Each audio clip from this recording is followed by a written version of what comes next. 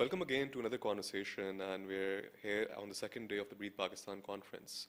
A lot of Pakistanis have been concerned about the Global North's role in providing finance to Pakistan, and I think it's important to mention that Pakistan has certain key bilateral partners, and the UK is among one of the largest financiers of climate finance to Pakistan. And this is primarily in the form of grants and working with the government and multilateral partners as well to get in even bigger investments.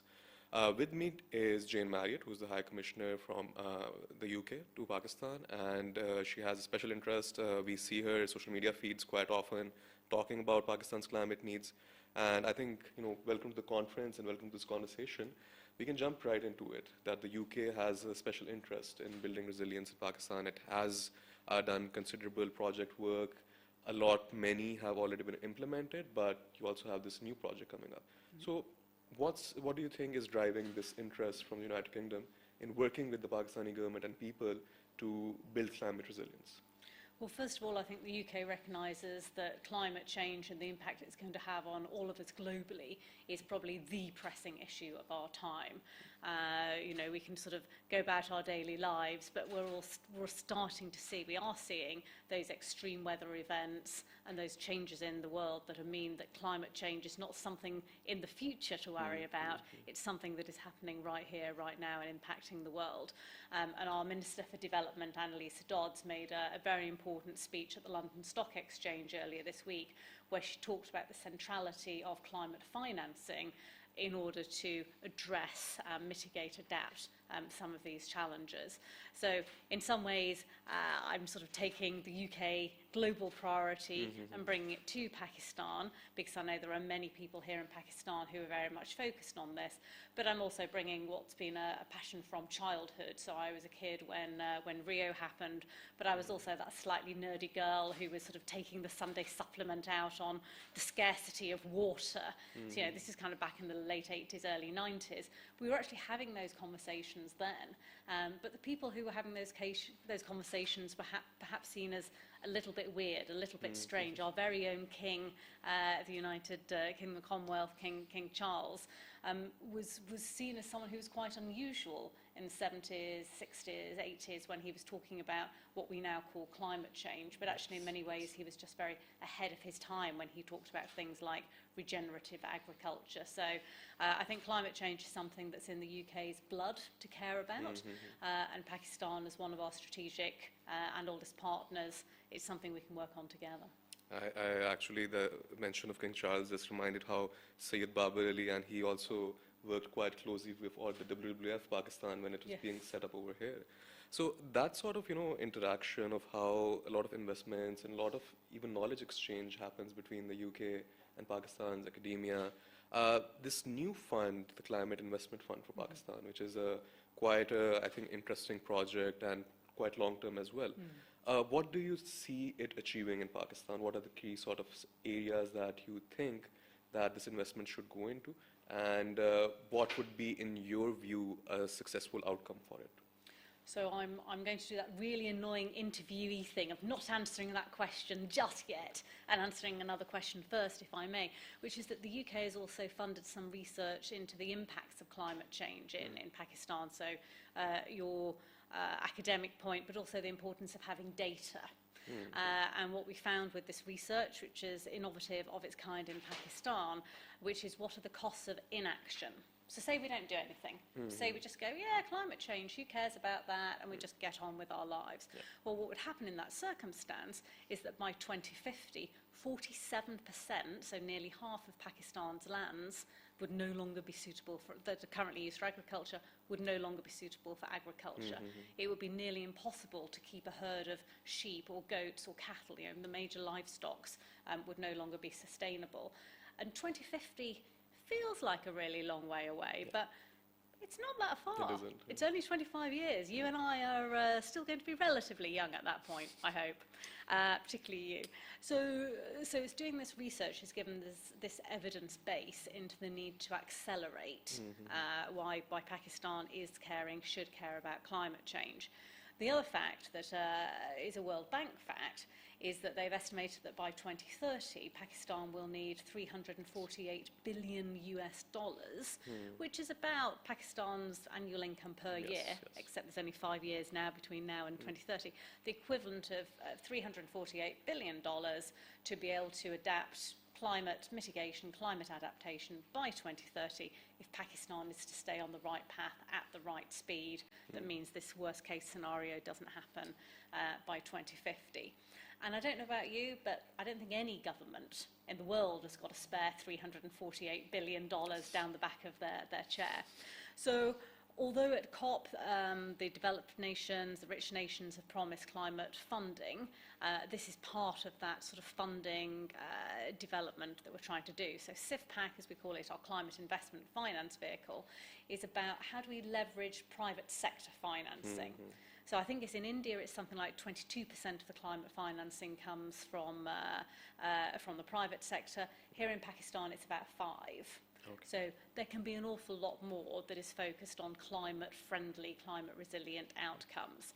So what we're doing with this sum of money, which is about $140 million over the next few years, is to de-risk private sector investment. So this is largely Pakistani businesses looking at Pakistani projects that will benefit Pakistan, and we put in money into some of the riskier bits of this business development, without which those projects may or may not go ahead.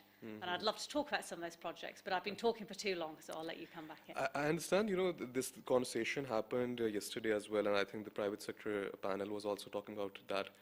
The blended finance angle is quite still growing in Pakistan. The investments have to be de-risked for other investors to come in as well. One thing I really want to understand is that once you have a fund in place, or given this broader climate dynamic as well, you're also not just working with the federal government, you have a lot of relations with the provincial governments as well. Yes. I know there's a lot of investment in Punjab and KP, also parts of Sindh and Balochistan and all northern areas. So the spread is quite wide. How do you think that you see the local capacity in sort of dealing or being innovating or even absorbing the capital? So that's one thing that I always feel, that there is some international assistance coming in, but local capacity has to be developed. So how does the FCDO itself try to really build the local capacity as well, understanding what a climate project is, what is a project for adaptation? Yes. So is there any focus on that as well? So there is. I mean, Pakistanis, you're a smart, educated bunch of people, so sometimes it's about being in the right place at the right time. So what we've done, particularly with the federal level government, is support some of the economic development work with technical assistance, some of which is Pakistani, some of which is international, but trying to help get the great Pakistanis in the system in the right place at the right time to do some of this work. By and large, the British government, the British taxpayer, because essentially at the end of the day, this is, working class people in the UK paying their taxes, that is coming here to help their brothers and sisters in Pakistan as a partnership, because we recognise that we are all in this together. So this is not charity, this is sound business investment by the UK taxpayer. Is we want to work with businesses, with NGOs, yes, with governments at the federal, provincial level. We tend to put our money through the businesses, through the NGOs, rather than through direct government support. And to take one example that we're developing under CIF-PAC, which is a sustainable aviation fuel in Punjab. Yes. So, we've all done that cooking. Actually, I'm terrible at cooking, so maybe you're better at it than I am. But, we've done the cooking, we've got the oil left in the pan, what are we going to do with it? We might put it down the toilet, we might throw it out on the street, we might parcel it up in a little plastic bag and put it in the bin. But it's a waste, it's an environmental hazard. But actually what this project aims to do is to collect that used oil and convert it into aviation fuel. So the stuff that will fly your aeroplane could be the stuff you were cooking your vegetables with yesterday. I mean, not literally yesterday, but over the period. So we're putting in $10 million into what would be about $120 million project at a key stage of the financing to help get this off the ground. So the whole thing will probably take about 3 years, but I hope in about 3.5 years, when you're hopping on an aircraft at Lahore or something like that, you're like, oh, this plane looks a bit different. It's being powered by your mum's cooking oil. Yeah. I think that will always tell me that I can now travel more, maybe, Yes. that it's sustainable.